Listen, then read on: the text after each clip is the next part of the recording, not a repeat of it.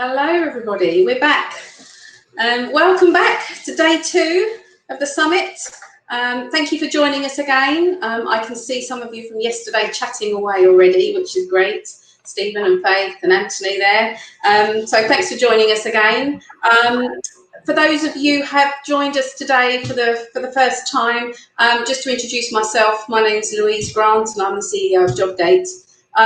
We run the summits every year, and we would ideally have been in San Diego right now, but unfortunately we're all at home. But that's fine. We make the best of it. We had some fantastic speakers lined up, and so we decided that we were going to run the conference digitally. Just to tell you a little bit about Jobg8, we're not just an events company. We also work with job boards. We're partners job boards will work with us all across the world. And we help them with their candidate acquisition strategies. That's hard to say. I put my teeth back in, Jeff. And also things like white label job alerts and keeping their candidates engaged. So if you don't know about us, you can go to Jobg8.com and find out a little bit more and pop us a message. We'd be happy to talk to you. So joining me today is Jeff. He's been helping us with the agenda for the last few years. So I'll let Jeff introduce himself. Hi, folks. Thanks for coming to the conference today. I'm Jeff Chasins. I am a job board consultant, as weird as that sounds. I actually call myself a job board geek, and my consultancy is called Job Board Doctor. And so if you want any information about job boards that you don't get during this conference, feel free to go to my website. And also, this came up in yesterday's conference. I publish a lot of research on job seekers and job boards and the industry in general. It's all free. You can go to my site and download it anytime you want. So I'm really looking forward to today's lineup, and in particular to hearing Heather, who I've known for years and years. She's just phenomenal, and I will let Louise introduce her. So. Yeah, thank you, Jeff. Just a couple of bits of housekeeping for those of you who are new to us today. You'll see everybody chatting in, it's probably this side, chatting in the sidebar. If you want to connect with anyone, by all means, introduce yourself. If you want to ask a question to the speaker, obviously you can make comment in the sidebar, but there is an actual ask a question button at the bottom, which will actually prompt up the question directly to the speakers, and we'll come back on, and if we have time, we'll get through the questions as well. So yes, as Jeff mentioned, our first speaker today is Heather. She's an employment attorney, a HR tech analyst, a writer and editor, and she's going to be talking to us today about bias, bots and backstories, so the legal issues for using AI in recruitment. So thank you for joining us, Heather. I shall hand over to you now. Great, thank you. I'm delighted to be here, and let's just jump in because I've got lots of fun stuff to cover. So we'll do this, and off we go. So there's a couple things that are really important to remember as we go through this material and start talking about artificial intelligence or intelligent tool or machine learning. And Heather, the first... Stop you. Have you shared your screen? Yes. Okay, so we can't see your screen at the moment. You might want to just press. All right, let's try it again. Make sure you select the correct window. Ah, there was an extra step. Okay. Now. No. All right. How's that? Thank you. Okay. So the two important things to remember as we go through this are that in AI, everything is a representation of something else. So we're dealing with data, not the thing. And so here we have a photograph of some bottles, and then we have a painting of some bottles, but we don't have any bottles. And that's the thing. We're so used to believing our information that comes off our computer screens and thinking that it's truth and that it's real. And when you're dealing with AI, what you're getting is more opinion than fact, and often. And you're also not getting the context and everything you might need to know. So it's important to keep in mind that you're just dealing with a piece of whatever it is that you're talking about. And the other thing to understand is that machines are like little kids. They are literal, they are logical, they only know what you tell them. They have a very limited view of the world, and they can't really explain their reasoning. They put stuff in weird places, and they believe they know everything because they only know what they know. So these are the two big limitations as we talk about why there are legal issues and what might come up. And of course, the first one is bias. And here it's important to make a distinction between what is bias and what is prejudice or impermissible discrimination. So bias is just a point of view. It means it could be a preference. It could just mean that this is what you see and the way that you see it. It could mean prejudice, that you're prejudiced towards something or against something. And then you get to impermissible discrimination, which is the legal issue here. So there's two types of discrimination. One is disparate treatment. In that case, you're treating an individually, you're discriminating against them, and intent matters. You don't have to intend to discriminate. Discrimination just has to be a motivating factor in whatever decision. And then there's disparate impact, which is what I think we're going to see mostly with bias. And that's when we start running machines and intelligent tools to select people or hire them or recruit them. We may end up with amplifying pre-existing problems with disparate impact against particular groups of people. And that's partly because machines often think that more is better. And when you're running data that's historical, you end up with more of what you had, only faster. So if you're trying to improve your diversity and inclusion, it's really important to pay attention to what your data is and what's happening. So how does AI become biased? These are interlocking Venn concepts: the data, the programming, the design, and the people. And bias can flow in through any of these pieces. And it's essential to understand that you cannot make a completely unbiased artificial intelligent program. It is not possible, because all of these things, all of these elements have bias baked into them. It's imbued in our culture. It's imbued in how the human brain works. And it's just not possible. So if someone is telling you that they can eliminate bias, they're full of nonsense. So data, data is mathification of information and things and people. And the way you get data is you define something and you count it, you measure something, and then you do math stuff to it. So you count it, you find patterns, you can compare things, you can measure things, you can compare things to the past, you can predict the future based on what's happened so far, but you're dealing with mathematical and logical concepts. And data is always based on the past. And a lot of data is about other data. One way to talk about this is people sometimes say data makes its own gravy. So it's really easy to get going down a rabbit hole of data, cutting it new ways and digging into more and more detailed data. And that can provide amazing insight, but it's always an incomplete representation and there's always something missing. And so it's important to remember the context. So what are algorithms? In a very simple explanation is that they're instructions on what to do with data. And the main things that algorithms do is they match, they find patterns, they make correlations, and correlations, if you haven't seen the website Spurious Correlations, it's hilarious. But correlations are not causation. And causation is a very, very difficult thing to prove or disprove. I know, I'm a lawyer. I've been trying to do it for 30 years. And correlation is not the same, but a lot of times it's easy to connect ideas and think that one is causing the other, and it isn't.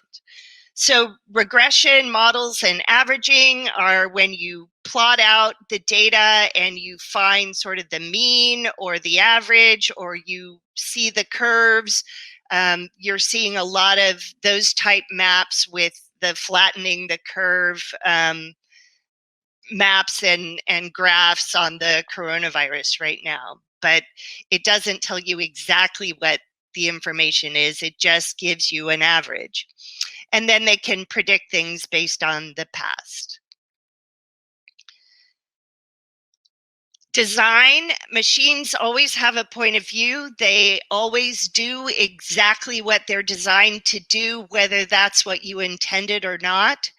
And so it's important to understand that you are going to get a literal output, even if you don't have a literal concept. And so this can limit the usefulness of the information and create bias.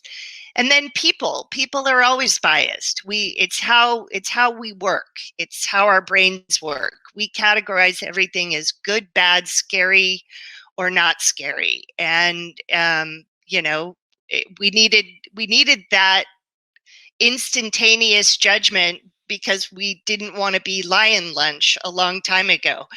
But now we're somewhat safer, I think. Who knows? But we still tend to categorize things as good or bad, and so it's important to know that you are biased. We all are biased. We think that if we don't know about it, it doesn't exist. We're very self-referential, and so we don't always ask really good questions about what's missing, or could it be different, or could this thing that I don't understand be right? So even if you can start to control bias in your algorithms, or even get your data perfectly clean, or even use aspirational data, you're still going to have bias flow in. So suppose you've got a resume sorter and you are convinced that you have the most qualified candidates, but when they come in for the interview, then all of the hiring manager's decision making is going to be biased. And so you just have to watch for that at every step. AI is not a solution to this. So here's some examples. An AI system based on images did not recognize this person as a bride. And that's because the photos were tagged, or the data was all based on Western brides in white or cream colored dresses.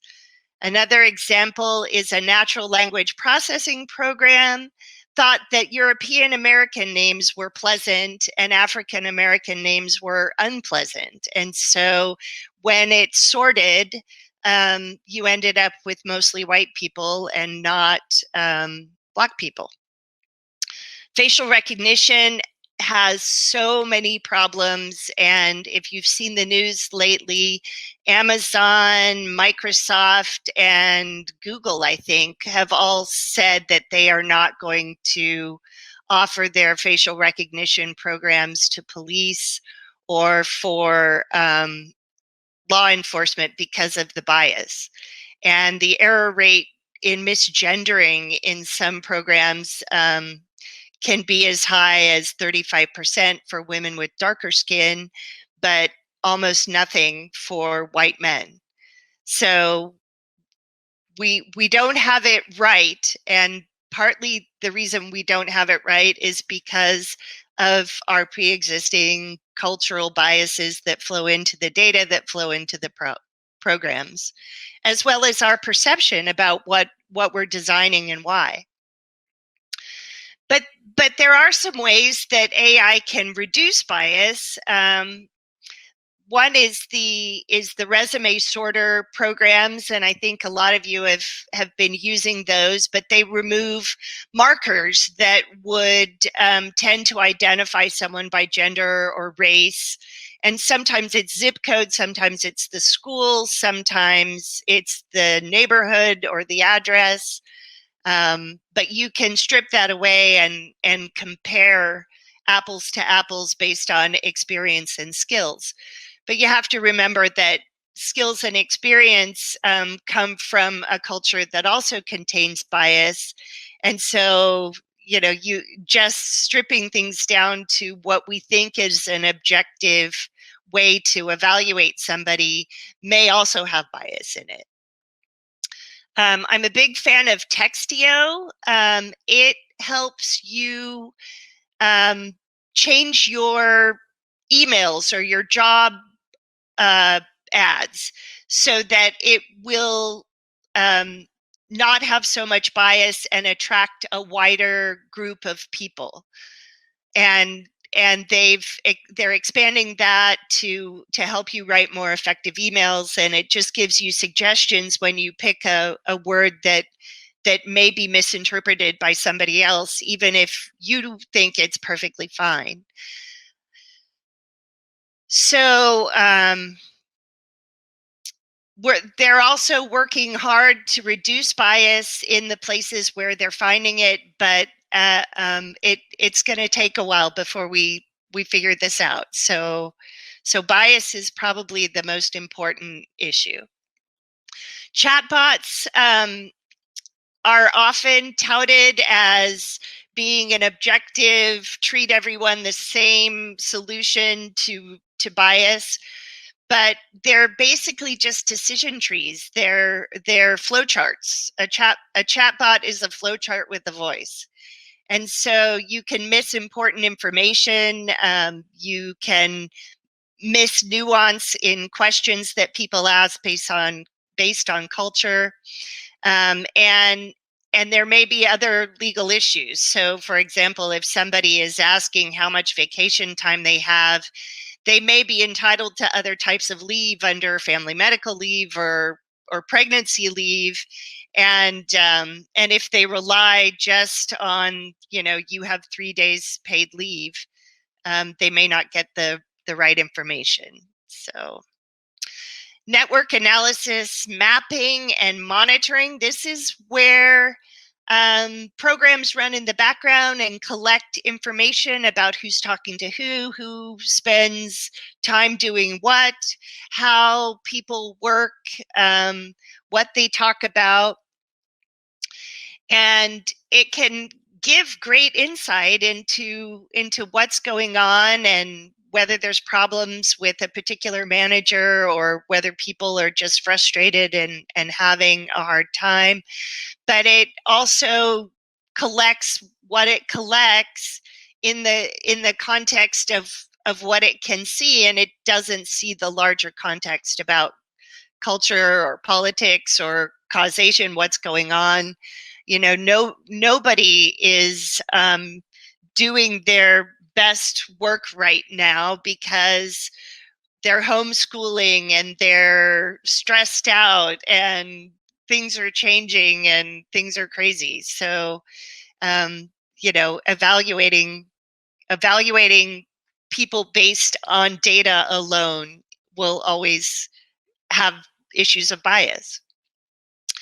So predictions in recruiting, you're starting to see AI predict who is going to be a successful candidate, who will stay, and potential career paths for people based on skills. And again, the data and the criteria and the fact that people are making the decisions create potential bias in all of these predictions. And you're always going to be limited to the data that's used to make the prediction, and it will never be complete. So Assessments is another issue. Again, the idea is to create an objective criteria, but that criteria may be biased or unvalidated, and the meaning and the importance of the assessment is subject to misinterpretation by the people interpreting it. And then there are cultural and language issues that can make a huge difference in some assessments. So even though it's supposed to be objective, bias creeps in because people are making decisions. So the next area is privacy and security. I could spend all day on GDPR and you would not enjoy it. So this is the General Data Protection Regulation from Europe that requires notice. It has a right to be forgotten. You have to give notices of security breach. There's a similar but not the same. It's much less rigorous in California, the CCPA.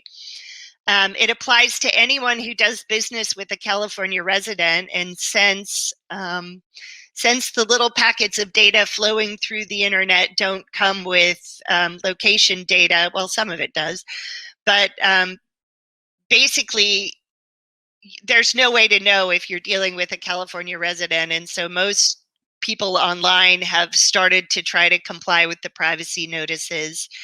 And the key issues here are that somebody can opt out. You can't just make it a default, and they can ask for things to be deleted. So you have to be able to understand what data you have on someone and be able to delete it. And then the third privacy security issue is the Fair Credit Reporting Act. This is the background check that you're all very used to. It applies anytime a third party does a background check. So if you want to, go and stalk somebody on the internet internally, if you've got an internal, not third-party recruiter, but if your internal system, group is looking, they don't have to get they don't have to give notice and get a signature. But anytime you've got a third party collecting almost any information, it doesn't even have to be financial, this applies. So we don't know exactly how it will apply to AI programs, but if you are dealing with a large database from multiple sources, it probably does. And it's important to understand that there may be required to get permission. And it's probably a good idea to just always give notice and get permission whenever you're doing this anyway.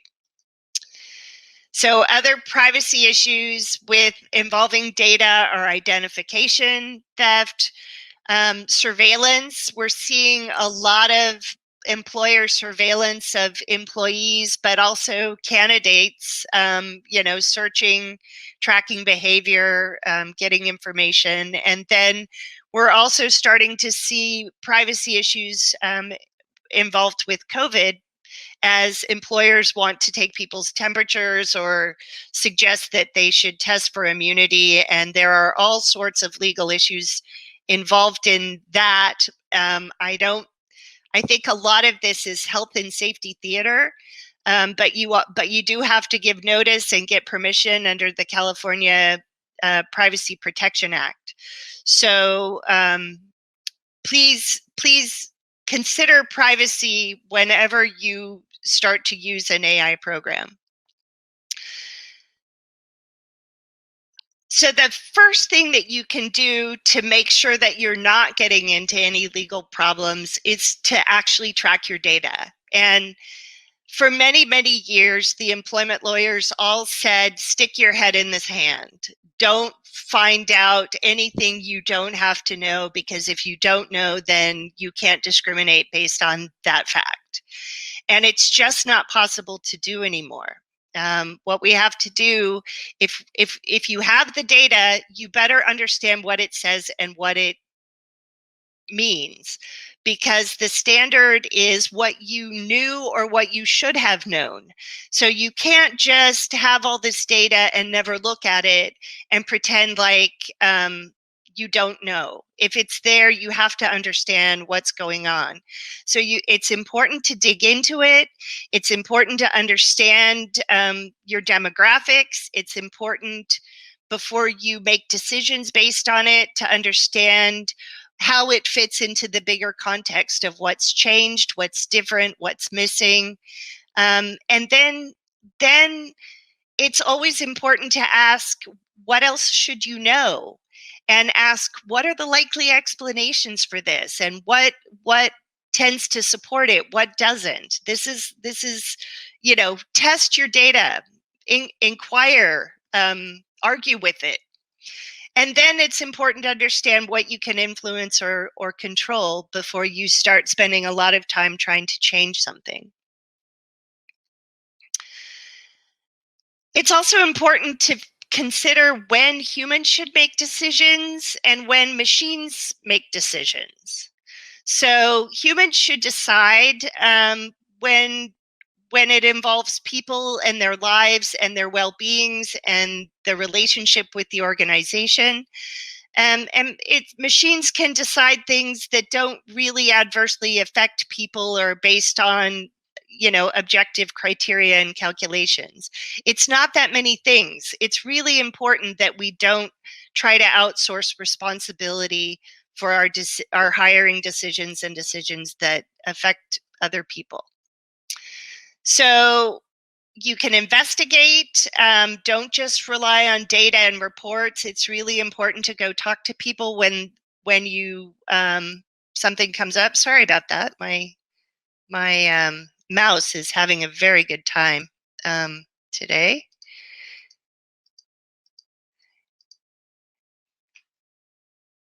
It's good to understand what criteria and data is used in any program that you're using, and then really look into your decision-making process and figure out, is this a fair and equitable approach to whatever hiring or employment decision that you're making? And then it's always good to get the lawyers involved. Your discussions with a lawyer are privileged, but the data is never privileged. So if the data's out there, it can be discovered, but your attorneys can help you see additional issues or concerns. They can, get involved with the vendors. And if you need somebody to tell you no, a lawyer is always a really good person to ask. So here is the key things to remember. All intelligent tools have bias. It might not be discrimination, but it's important to address no matter what. Intelligent tools don't give facts. They give opinions based on incomplete information. And these programs need to be supervised and used carefully and not just relied on for answers. Because employers are responsible for what they know and what they should know based on the data they have. And the employer is always liable for the employment decisions, even if they rely on tools, predictions, insights, or output. So, so you're on the hook if you are the employer, no matter what your machine tells you what to do. So it's not just data, it's evidence. All right, I'm back.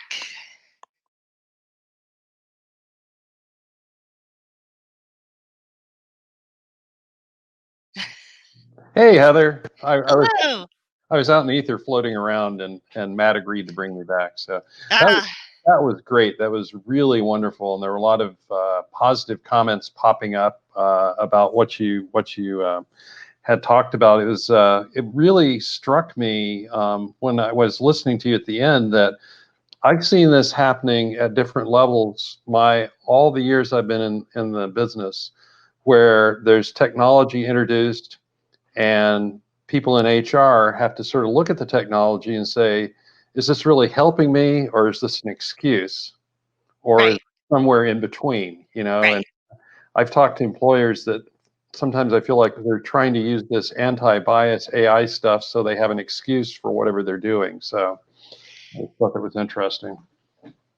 Yeah, the most important thing is these tools can give you insight that you can't get. They can help you process data that you couldn't possibly process, but they should give you as many questions and very few answers. Right, exactly. Yep. Well, we're just about out of time, but you did get a couple of questions roll through, and I just wanted to ask one of them here. I think you were kind of implying this when you were talking earlier. Does the primary profile of developers here, like I would say here in the US, they tend to be young, white, they're still primarily male. Does that really drive the bias of the software that's produced? And has that been analyzed in any sort of rigorous way? I don't know if it has been analyzed in a rigorous way, but we're seeing the results are from a particular point of view and worldview. And that's creating issues, with the facial recognition is probably the biggest areas of problems. But yeah. Okay. So Steve is saying that he can take people without any human interaction. Yeah, well, it's the dream of every job board, probably. Right? But one last question from Michael. If you haven't monetized the data, is there less risk? And I assume he means less legal risk from an employer standpoint. I don't know. I just don't know the answer to that.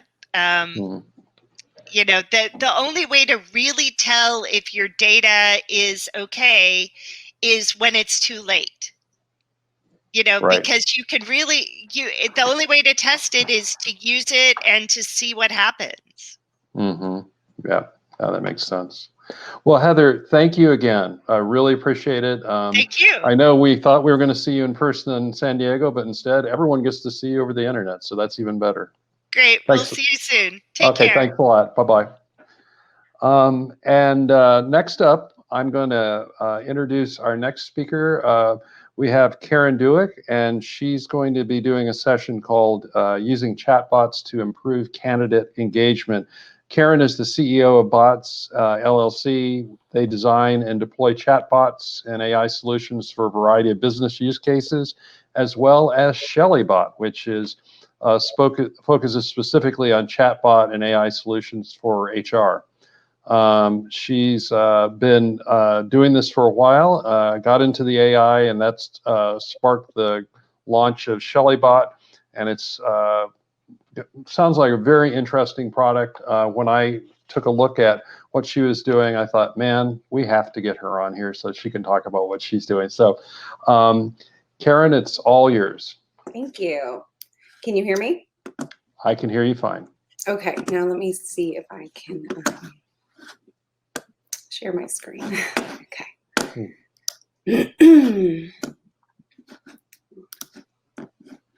Okay, give me 1 second. I got this.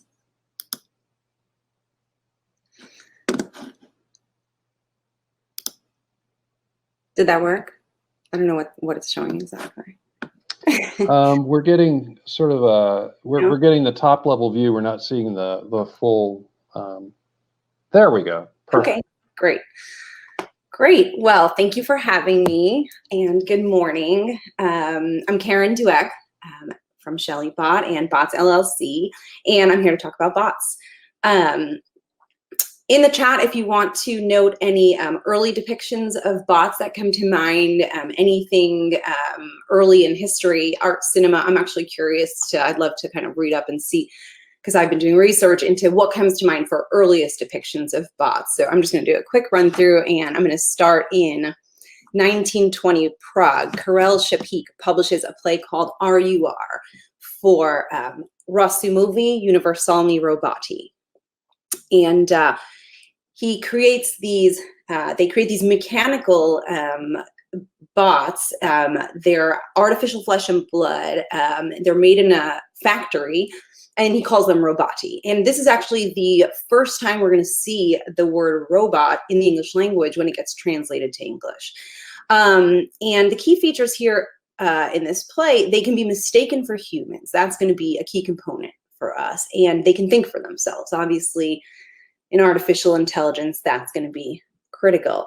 And these roboti are pretty happy. They don't have independent lives or independent wants, so they're pretty happy serving the humans until kind of the third act, when they do have a little bit of a roboti rebellion and you know, kill the human race. But we go back earlier to 1818, and we have Mary Shelley and Percy Bysshe Shelley and Lord Byron are on a retreat. And they have this friendly competition going, right? Who can come up with the best horror story? And she thinks and thinks for days, and she can't come up with anything. And one night she goes to sleep and she dreams of a scientist who creates life and is horrified by what he creates. And that's when she comes up, obviously, with the story of Frankenstein. And then if we go back even earlier, 16th century Prague, we have Rabbi Judah Loew, the Maharal, and the Jews in 16th century Prague are being persecuted in pogroms. And legend has it they go to their rabbi, the great Maharal, and he spends days and days in study just looking for a way to help his people until he comes up with a solution.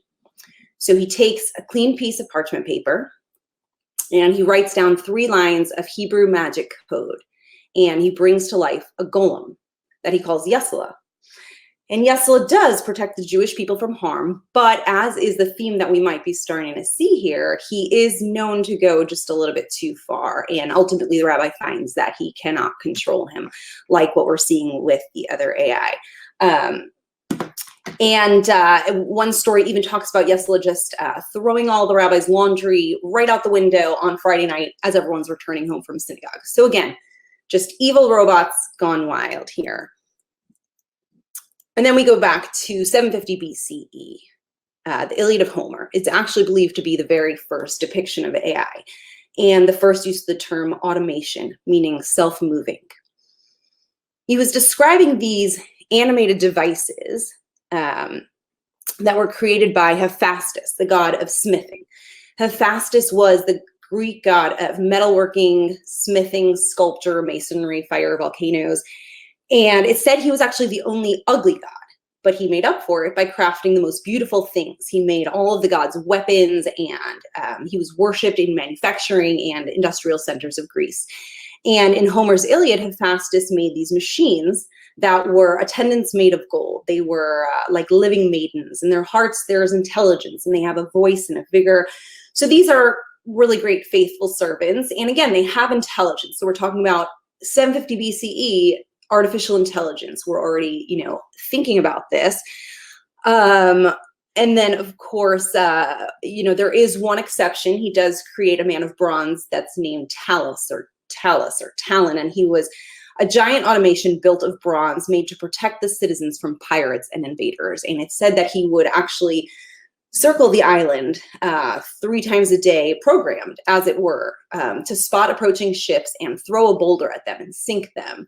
And in close combat, he could actually heat his metal body red hot and hug his victims close to his chest, roasting them alive. So Talus is basically our first killer robot, I think, 750 BCE. You know, so the point here is, and I can't actually see the comments while I'm presenting, but that's okay. But for as long as we've dreamt of autonomous robots, which is basically forever, we've also dreamt, you know, we've also feared them and feared them taking over the universe.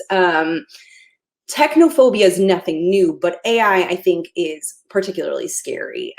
Elon Musk said, "I'm very close to the cutting edge of AI, and it scares the hell out of me." You know, and I'm about to make the case for implementing it in your organization. And it's going to be a compelling case for sure. But if your team is afraid of artificial intelligence, whether it's artificial intelligence taking over the universe or artificial intelligence taking over their desk space, you're going to have a hard time getting them on board. And, you know, I can speak to that.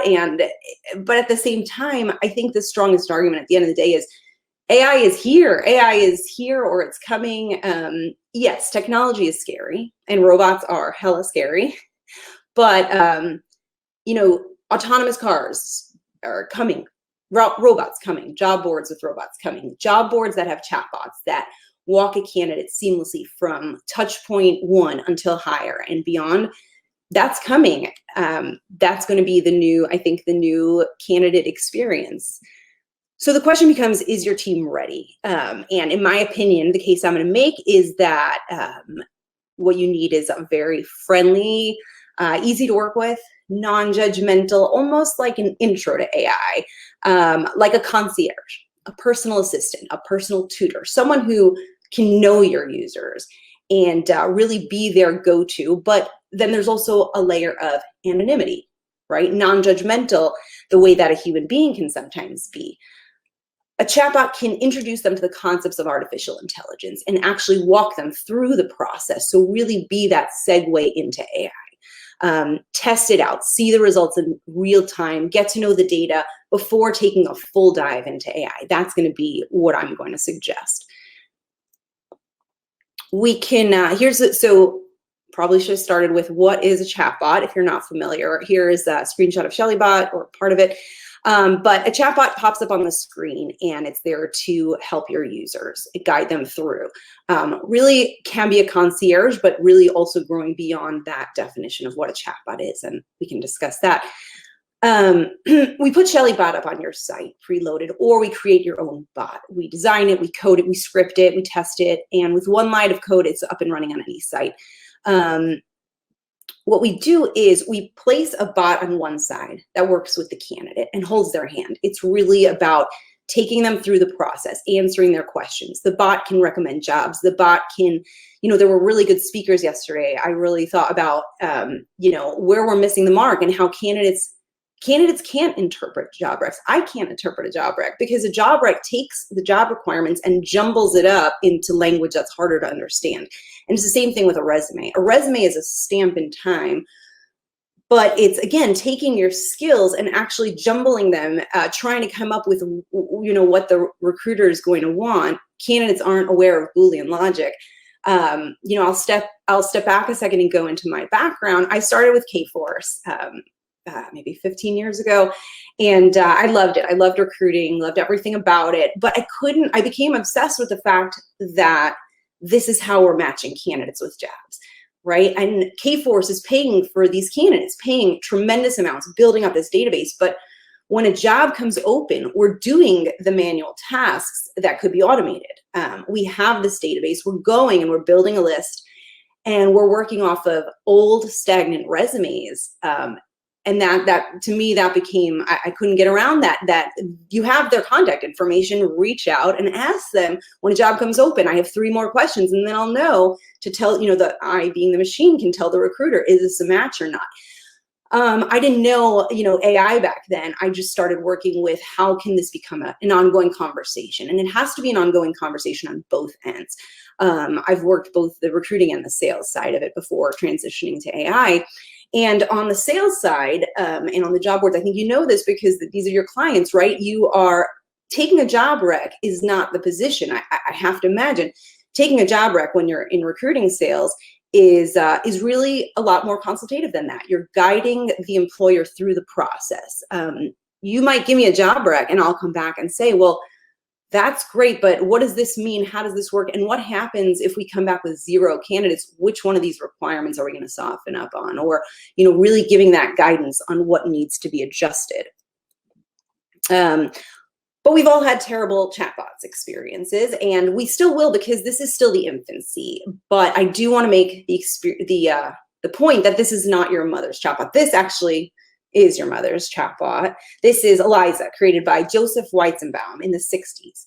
And it used natural language processing to simulate conversations, which is incredible. But the chatbots of yesterday, they were groundbreaking and they were fun and entertaining, but they didn't have features. They didn't have skills or really practical value for their users. And that's one of the reasons for their lack of stickiness. These are not your mother's chatbots. Chatbots today, they have to interact with users across every interface where they're chatting, and they are chatting. I'll come back to this slide, but here's just a quick: messaging surpassed social networks back in 2015, right? It's how we're communicating. There's no question. And you know, you're going to say it's millennials, but it's not. It's actually everyone. We're communicating through chat, and LOL is acceptable. Emojis are acceptable. That just is what it is. And we're moving away from the formality of professional resumes, professional networking.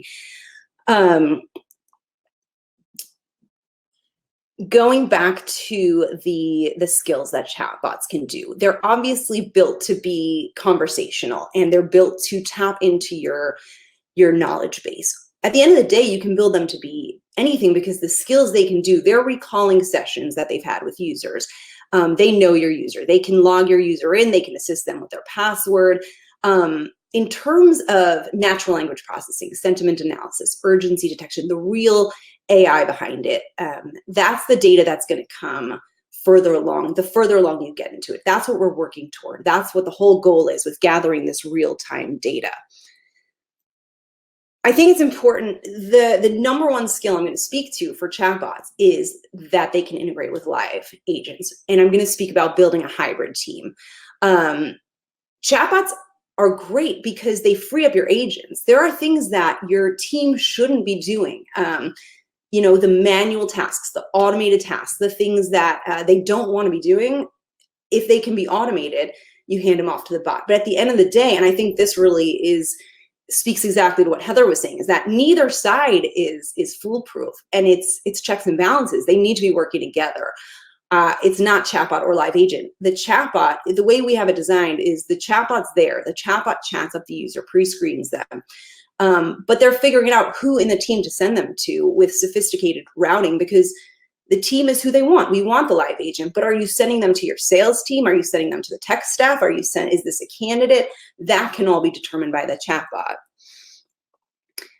I'm going to do a super quick run through of AI because I don't want to let you leave without at least having these few basics that I think are critical. 1956 Dartmouth Conference, the founding fathers of AI. This is where the term AI comes from.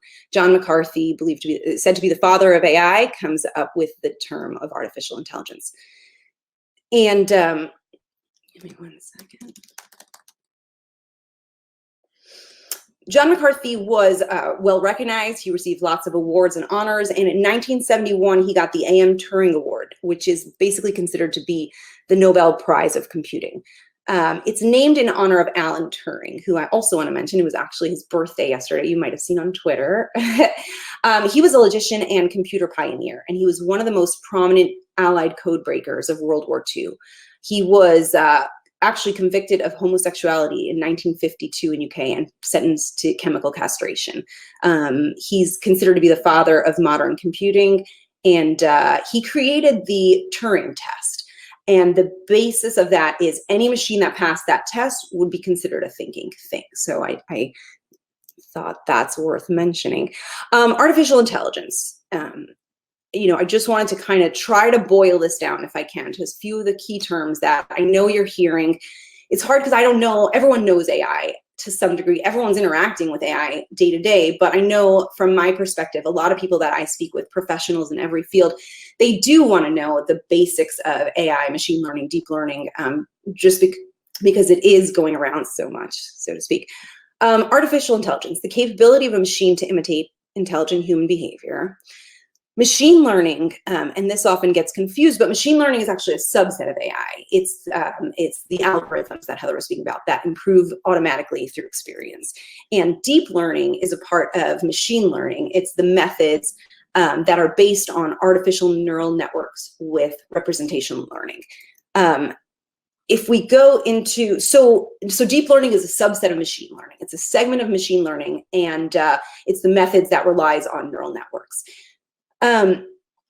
If the machine has a body, it's a robot. If it has no body, it's a bot, and that's where we get to chatbots. That's where they'd be categorized. Here we have just simply AI broken down. I think the point here that I thought was interesting is that despite all the diversity, as it says, we're looking at 7 common patterns, but it's also important to note that there's a lot of overlapping. You know, most apps are going to overlap between these patterns, but in terms of functionality and what's going on behind the scenes, this is how you can break it down. And I'm not going to focus too much on AI and HR overall because it's so tremendous. So I'm going to stick to chatbots, but I did throw together some of the interesting things that I think are really cool that are happening. And I think when you look at, you know, certainly conversational advertising, just using chatbots through advertising, linking it up, at the end of the day, it's all connected. And that's why I'm going to make the case for starting with the chatbots, but this is where we're moving once we have that data. I wanted to mention the challenges of AI. Let's see. So it's hard to integrate cognitive projects with existing process systems. And again, these really speak to, you know, a lot of the approaches, if you go looking for how to make your organization an AI organization, they're going to start with months and months of, you know, 6 months of mapping out. What are we going to do? How are we going to do that? Where's the data? And that's why I like the bite-sized approach to start with the chatbot, get it up and running, have it interacting. And you're going to be fascinated by the data coming in. I watch these transcripts and seeing it in real time, seeing users respond, seeing users thank the bots. And it's actually fascinating what you can get out of these chats because people very quickly revert to the way they speak. They do quickly forget that they're talking with a chatbot. They also quickly sometimes forget that they're applying for a job, which is interesting.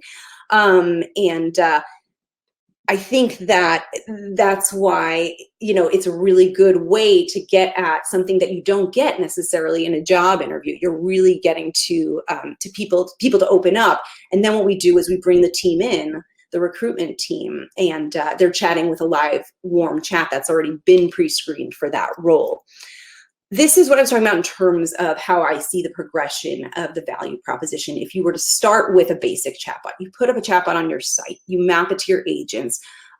We have it scripted to answer what are your frequently asked questions. You know, we know where to start. And what you immediately see is 24/7 availability, which is the #1 benefit that users like about chatbots across the board is that they're always there, always available, can be reached anytime.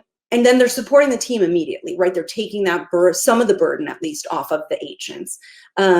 We start to build toward rich user profiles, dynamic matching, predictive modeling, all the AI pieces that we want to build in as we gather that data. Checking my time here. So I think that, you know, I spoke a lot about, you know, why when I spoke about how I came to this. But, you know, I think that in my opinion, you know, I kept going back and forth between ShelleyBot and general chatbots and other use cases that I think are also fantastic for chatbots. But at the end of the day, I don't think there is a better use case because the candidate pain point is so high. And, you know, I've pitched a lot of ideas in a lot of businesses over the years and somehow keep coming back to this one.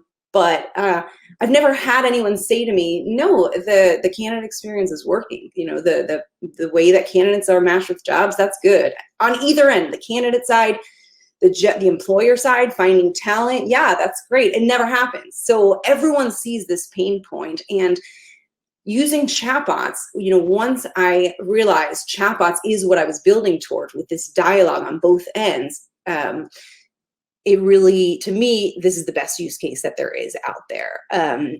To speak to Chatbot ROI, you're going to look at, and it's a little bit challenging because it's a huge range depending, obviously, on the company. But what you're looking to do is define the eligible queries. What are the easy ones to pick off the bat? Again, your frequently asked questions. What are they calling in day after day asking? What are you getting through email?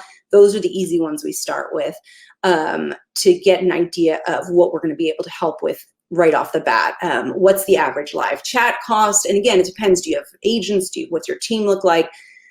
And there's a huge range on bot installation cost and, you know, estimated monthly gains, monthly maintenance costs. It really depends on where you go with chatbot providers. And it's actually a tremendously segmented field in that, you know, some are designing for Facebook Messenger, some are designing for chat.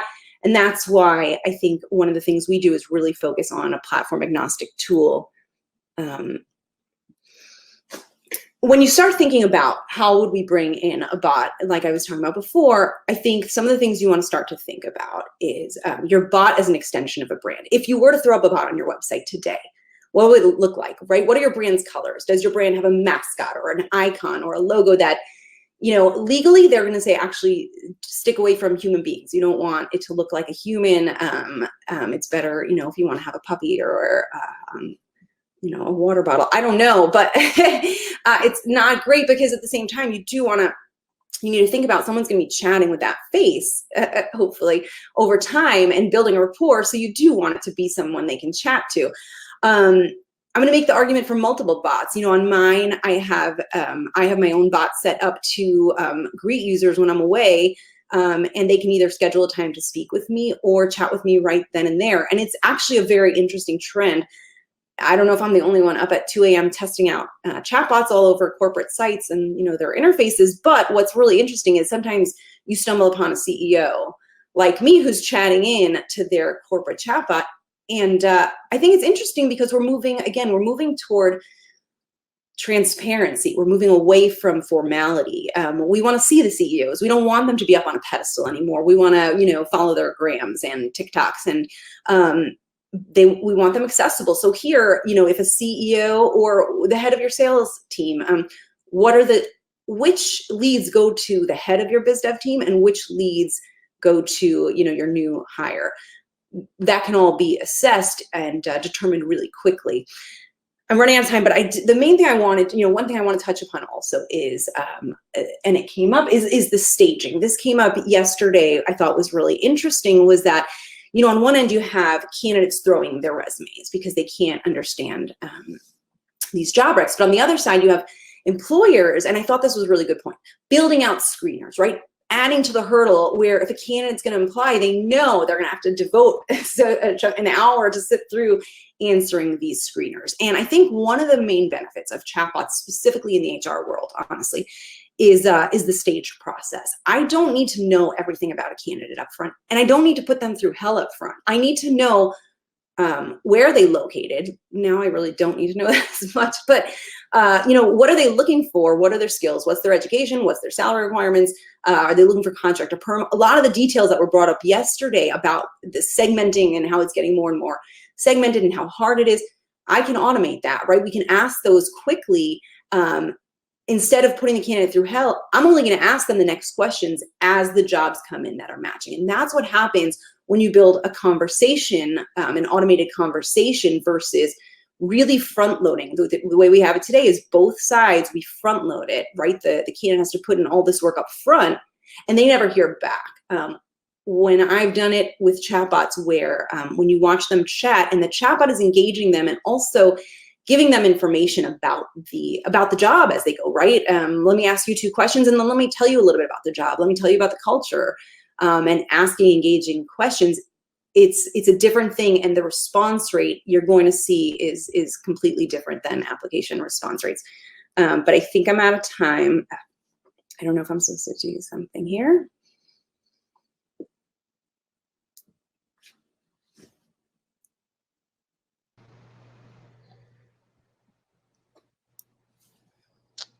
Hey, Karen, can you hear me? Yes. Yeah, okay. Yeah, there I am. Okay. I didn't hear myself, so I didn't know if I existed. I thought maybe I was a chatbot. So thank you so much. That was really, really interesting. And I just put this in the chat, but it was, you know, when you were talking about, you know, I don't need to know all this information. Chatbot can just get the only stuff that you need. I mean, the continual complaint I hear from candidates is their interactions with ATSs, you know, where you're spending 45 minutes going through this endless series of questions and the ATS is very unfriendly. And it seems like a chatbot could really be an ATS killer in a very positive way. You know, I don't know if you see it that way, but that's exactly how I see it. Yep, I think that's exactly right. Instead of the ATS becoming this, like I said, this hub where we just dump old stagnant resumes, yeah, it just instead the conversation does replace that. It's not that many questions you need to know per job opening. If you've had an ongoing conversation, the chatbot reaches out. I know you're a project manager. I just need to know, have you ever managed a J2EE project specifically? That's it. I have 2 more questions, right? I don't need you to go through and make a cover letter for this. Not yet. Let's see if you match. You know, and I think that's what it comes down to is it's not just staging it. It's that don't bother them if you don't have a match. You know, I think if you have a match, they will jump through the hoops if they trust that your matches are on target. They will. They'll, you know what I mean? They want a job. But they know the bait and switch. They know that you don't have a job for them. You're just gathering their data for if you do. For nefarious purposes. So I have one question here I want to throw out, and then we'll have to stop so that we can let the next person come on. But this is from Stephen Rothberg. Does ShelleyBot use AI or machine learning? And what kind of bias issues are you struggling with? That's a great question. So, and I did really want to speak to some of Heather's stuff. I just didn't get a chance, so I appreciate that. Yeah, it's definitely a big piece of what interests me in it. And so right now, ShelleyBot specifically is mostly utilizing logic trees with a knowledge base on the back end. And but it is using AI in that it is integrating with sentiment analysis and other pieces of the pie like that. In terms of, you know, the bias, I honestly think that, you know, I think everything Heather said was on target. There's bias everywhere. The humans have bias and the machines have bias. And to me, that's why this is the best route is it's like a checks and balances. You put the humans working with the bots. The humans are there watching the bot. You can see the bot conversations in real time. Not only can you step in, but you can adjust and you quickly start to see the trends and where it's misunderstanding. But from the, in terms of the bots watching the humans, there is that ability to step in and say, oh, whoa, you can't ask salary questions. So many recruiters, I can't tell you, you know, I'm in the meetings and they're saying, we can't ask salary. Hey, what'd you make last year? You know, it just is. So the bot being able to step in, I think that's what it is at the end of the day is there's bias on both ends. And that's exactly what Heather said. There is bias. Get your attorney, give them their own bot to step in, you know, I think. Yeah, that would be interesting. Maybe you and Heather should talk about a bot for Heather's law site. Well, listen, Keren, thank you so much. It was really interesting. Some great comments during the presentation, some good questions. I'm glad you're able to make it, and maybe at some point we'll meet in real life. Thanks so much. Great. Thanks a lot. Well, at this point, I want to bring Louise back on, and she's going to introduce us to our next speaker, who is Stephen Anderson.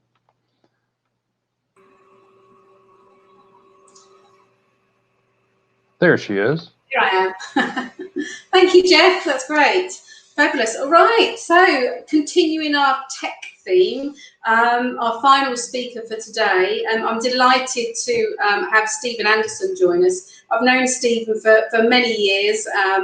He's the MD and founder of Crooton, which is a recruitment solutions provider, and they're based in the UK. But I've known Stephen from previous roles, the Smart List, which were fixed price recruitment company, and also from Jobg8, which is a large job board in the UK market. And Stephen's going to be talking to us today about Geo-Fencing. So I'm really fascinated to learn more about this. So thanks for joining us, Stephen. I shall hand over to you. Great stuff. Okay, hi everyone. As Louise has just said, I'm presenting from the UK. If I just try and share my screen now.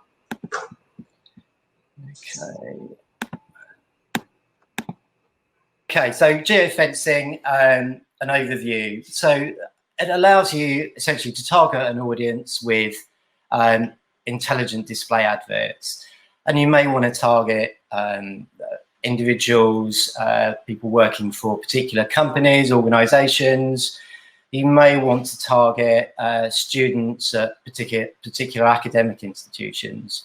Or you may want to target attendees at a particular trade event, an engineering event, for example.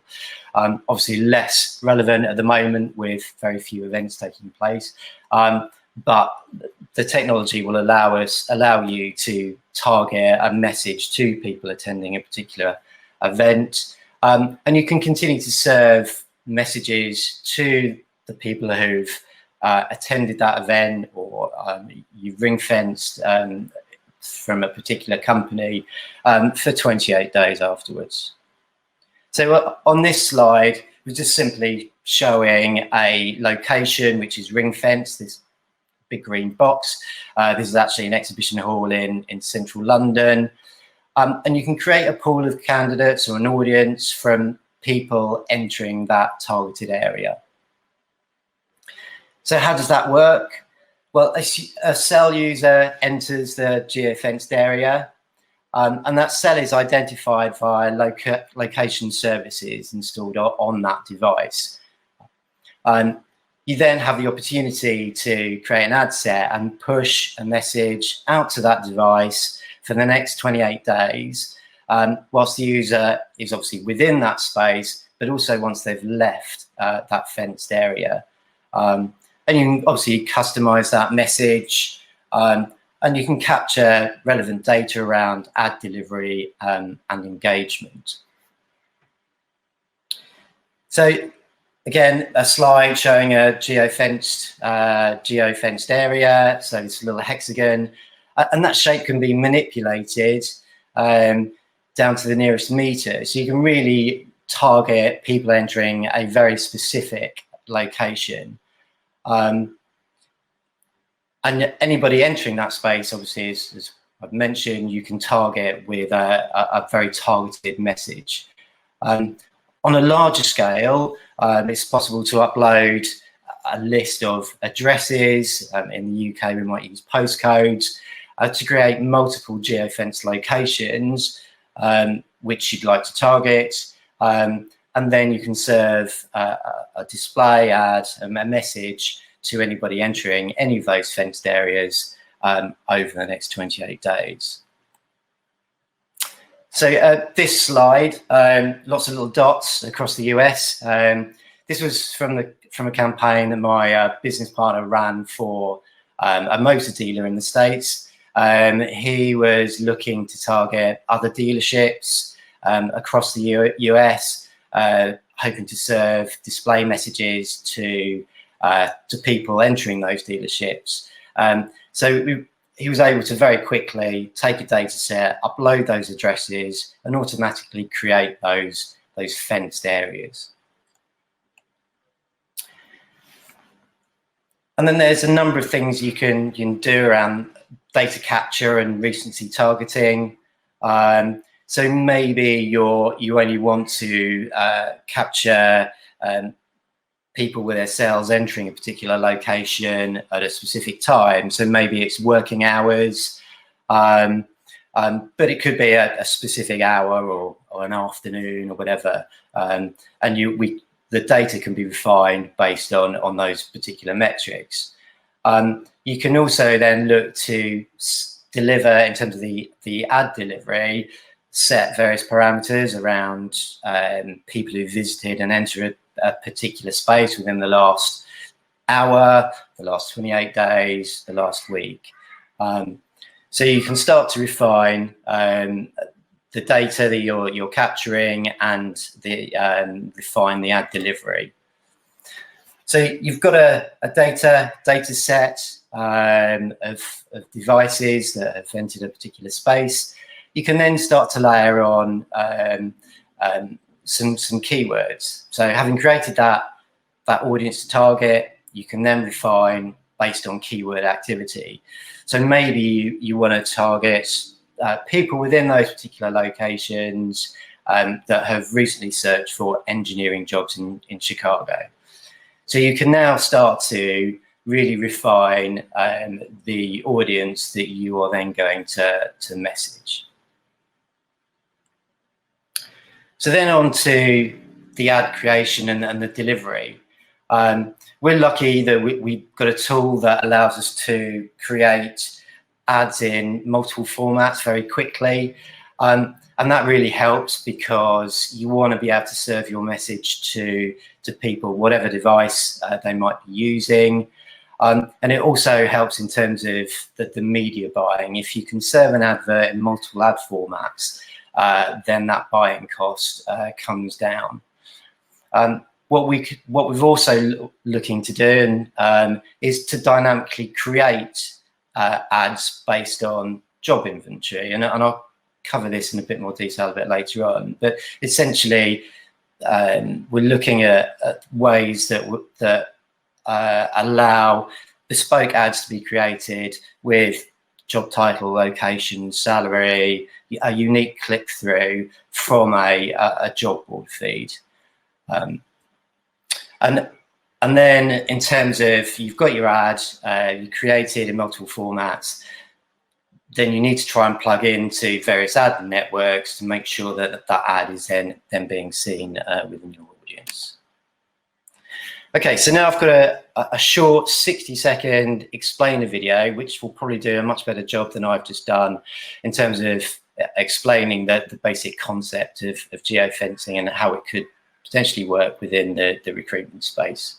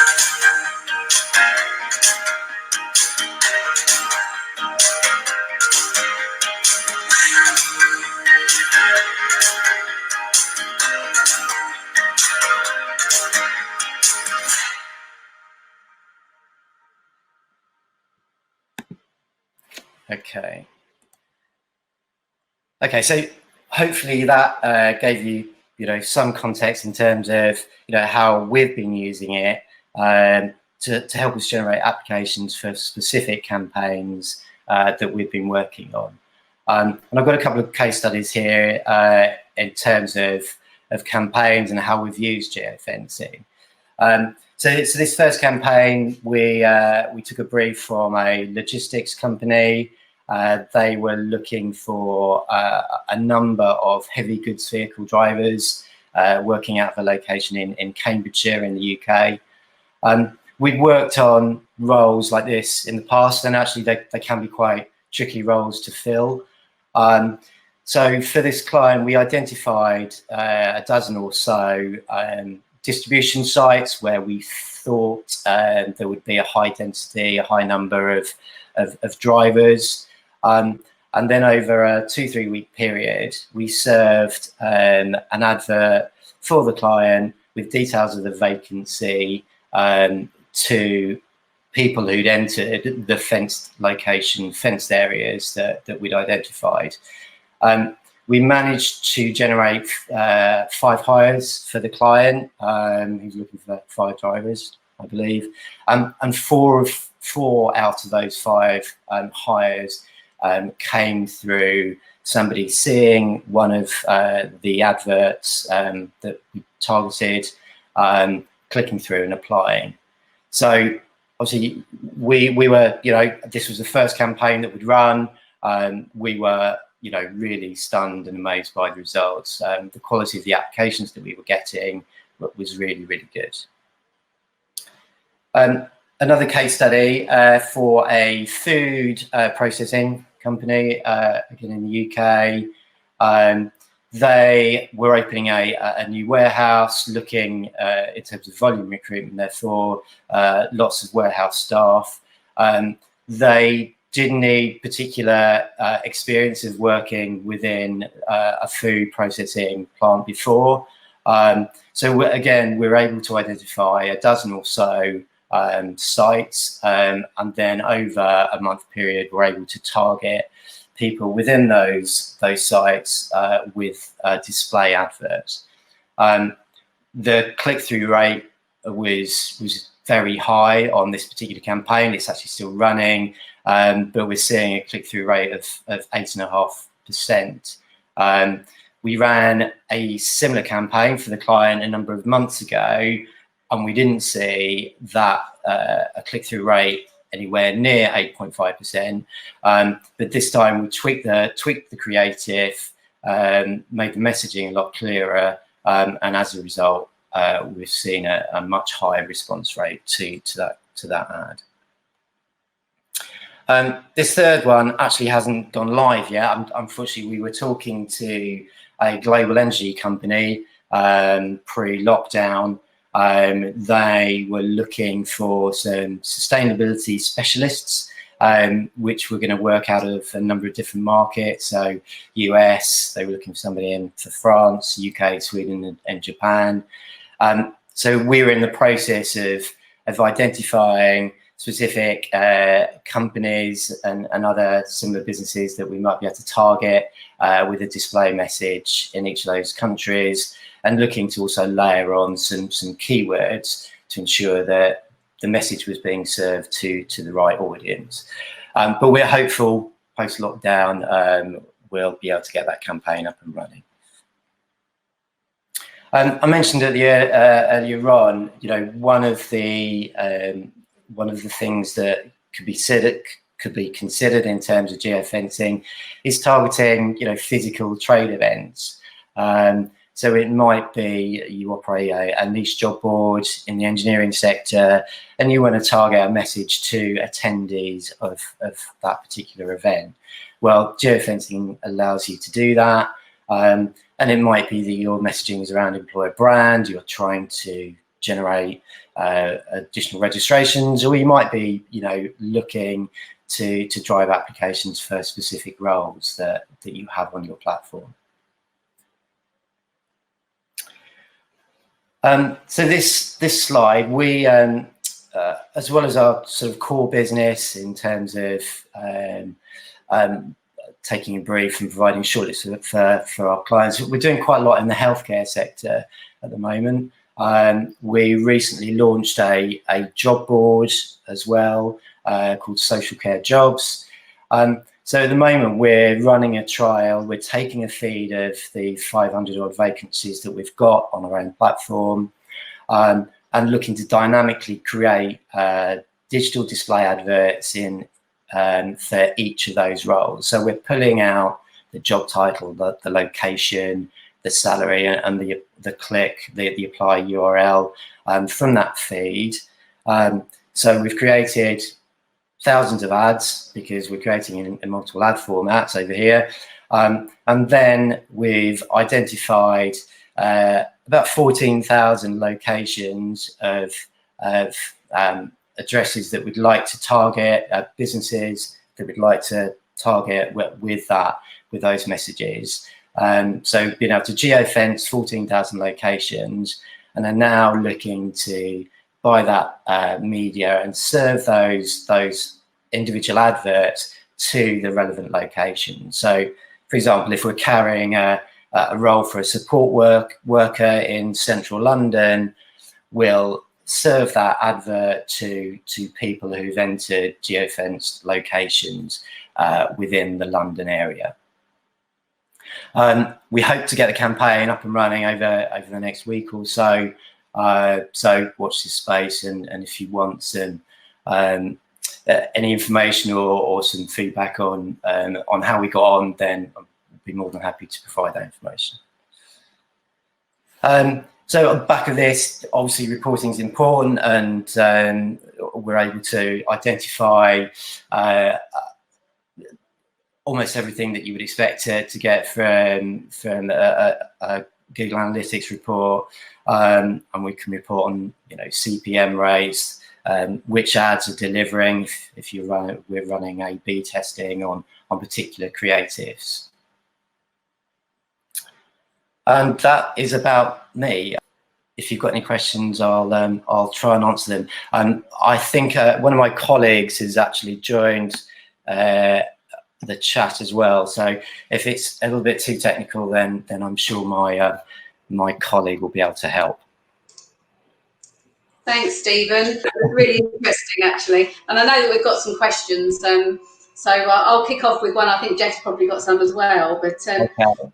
so from the fencing point of view, do you have to serve an ad to someone while they're in the fence to be able to then serve them an ad when you're outside of the fenced area? No. So we collect data on a device entering a particular space, and once they've left, we can continue to serve them an ad message. Yeah. So I'm a little curious about that, though. I mean, do you have, when you set up a geofence, do you have physical devices that are doing this, or are you doing this somehow? No. So on most cells, most people will have GPS and location services installed on their device. So we're able to access that data. So we don't know who the individual is. We just know that a device has entered that particular space, and then subsequently, and actually whilst they're within that environment, we can also serve them a message, an ad. Yeah. So we had another question. They say in the US, the vast majority of medium and large employers require candidates to apply through an ATS, which typically, realistically means they have to use a laptop or desktop. Does your system only serve mobile banners so the candidate will be on their phone or tablet when they see the ad? Yeah, I mean, you could, a tablet may have location services installed if they've got certain apps downloaded. So if a candidate can apply via a tablet and that tablet has been taken into a geofenced area, then the ads can be served that way. But the large majority of the ads are being served onto mobile devices. Yeah, so you're not going to be able to serve onto a desktop. Another question that came up was regarding COVID, and I know you touched on this a little bit, but let's assume that we go through, it seems likely we're going to go through periods of lockdown off and on for quite a while. Sure. What effect is COVID going to have on geofencing in terms of your situation? I mean, clearly, we're not looking to target people at home. This is a tool that we've been able to use in certain sectors over the last few months. So, food processing, delivery, haulage, social care, where people are within a specific location. But clearly, yes, it's difficult for certain roles where people are having to work from home.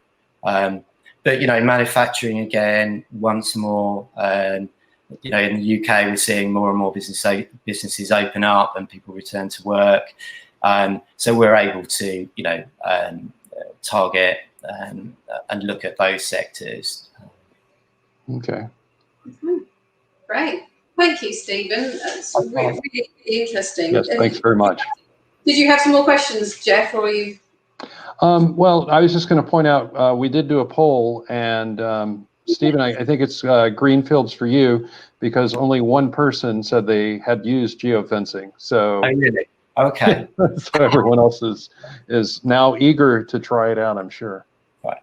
Good stuff. Great. Thank you, Stephen. That's fantastic. Okay. Thanks for joining us. Great. Well, thank you, everybody, for joining us for day 2. So we are back tomorrow again. I'm just going to share my screen so I can show you the agenda for tomorrow. Let's just bring it on. There we go. Somewhere up there. Share. Can you see my screen? Yes.